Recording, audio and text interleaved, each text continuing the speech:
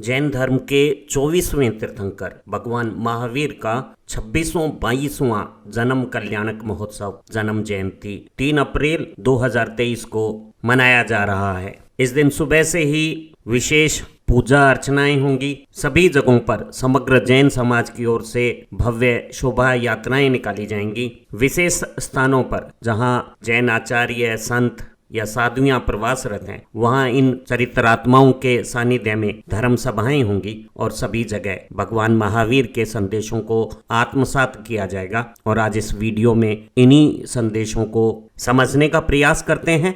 भगवान महावीर का जन्म ईसा से 599 वर्ष पहले या आज से 2622 साल पहले वैशाली गणतंत्र के, जो वर्तमान में बिहार में हो सकता है, वहां कुंडल ग्राम में इक्ष्वाकु वंश के जो क्षत्रिय राजा थे सिद्धार्थ और रानी त्रिशला के यहाँ चैत्र शुक्ला 13 को हुआ था। दीक्षा लेने के बाद भगवान महावीर ने दिगंबर साधु की कठिन चर्या को अंगीकार किया। अपने 12 वर्ष के साधना काल के दौरान तपस्वी साधुओं से शिक्षा प्राप्त की, स्वयं कठिन तपस्या की, अनेक कष्ट सहे और लंबे समय तक मौन साधना भी की। 12 वर्ष की सफल साधना से कैवल्य प्राप्ति के बाद भगवान महावीर ने जो उपदेश दिए, उन्हें आज भी हम जैन आगमों और धार्मिक ग्रंथों में वर्णित पाते हैं। जैन धर्म के 5 महाव्रतों में से एक सत्य के बारे में भगवान महावीर कहते हैं, पुरीसा सत्यमेव समीभी जाना ही।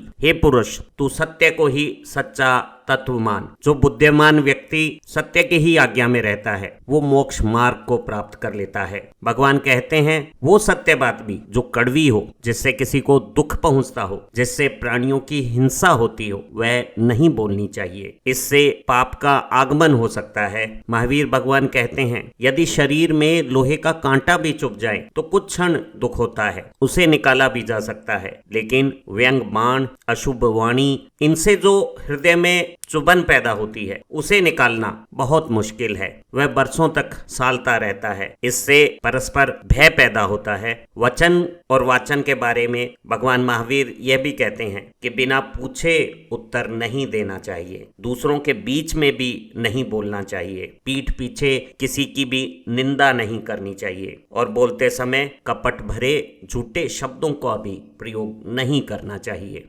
भगवान महावीर के 5 महाव्रतों में दूसरा व्रत अहिंसा का है और इसके अनुसार इस लोक में जितने भी त्रस्त जीव हैं, जो अपनी इच्छा से चल फिर सकते हैं, डरते हैं, भागते हैं, खाना ढूंढते हैं, या फिर वो जो स्थावर जीव हैं, जो पैदा होते हैं, बढ़ते हैं, मरते हैं, पर अपने आप चल नहीं सकते, उन सभी की हिंसा नहीं करनी चाहिए। सभी जीवों को न तो शरीर से, न वचन से, न मन से दंड देना चाहिए। भगवान महावीर का मानना था, सभी जीवों के बीच में एक ही प्रकार की आत्मा है जो हमारी ही तरह की है, सबको अपने प्राण प्यारे हैं। ऐसा मानकर डर या वैर से भी किसी भी प्राणी की जानकर या अनजाने में भी हिंसा नहीं करनी चाहिए। किसी दूसरे से भी हिंसा नहीं करानी चाहिए। सभी जीवों के प्रति अपने मन में दया का भाव रखना चाहिए। भगवान महावीर के अनुसार जो व्यक्ति खुद हिंसा करता है या दूसरों से हिंसा करवाता है या दूसरों की हिंसा का अनुमोदन करता है, वह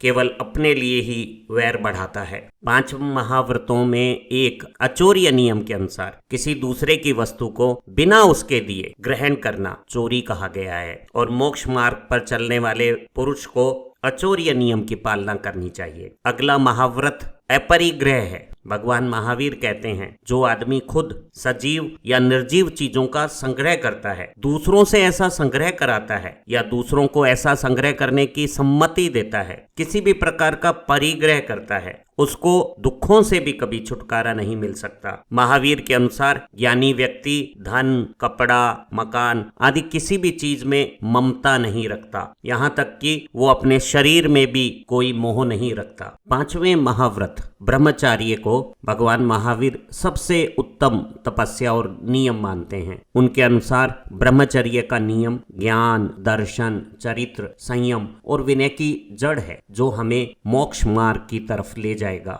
जैन मुनि, संत और साध्वियां इन्हें पूर्ण रूप से पालन करते हैं, इसलिए उनके लिए यह महाव्रत है। वहीं जैन श्रावक श्राविकाएं इसका अंश पालन करते हैं, इसलिए उनके लिए यह अनुव्रत कहे जाते हैं। भगवान महावीर के संदेश में क्षमा की बहुत महत्ता है। भगवान महावीर कहते हैं, मैं सब जीवों से क्षमा चाहता हूँ। जगत के सभी जीवों से मेरा मैत्री भाव है और मैं सब जीवों ने मेरे प्रति जो भी अपराध किए हैं इसे तो उन्हें क्षमा करता हूँ। वे ये भी कहते हैं, मैंने अपने मन से जिन जिन पाप की वृत्तियों का संकल्प किया हो या वचन से जो भी पाप वृत्तियों को प्रकट किया है या शरीर से जो भी पाप वृत्तियां की हैं, वो सभी पाप वृत्तियां विफल हो जाएं, मेरे ये सारे पाप मिथ्या हो जाएं और मेरा मोक्ष का मार्ग सफल हो जाए। भगवान महावीर की समस्त मानवता को सबसे बड़ी सीख अनेकांत का दर्शन है। हम मानवों के बीच में अपनी बात को सही और दूसरे की बात को गलत समझना सारी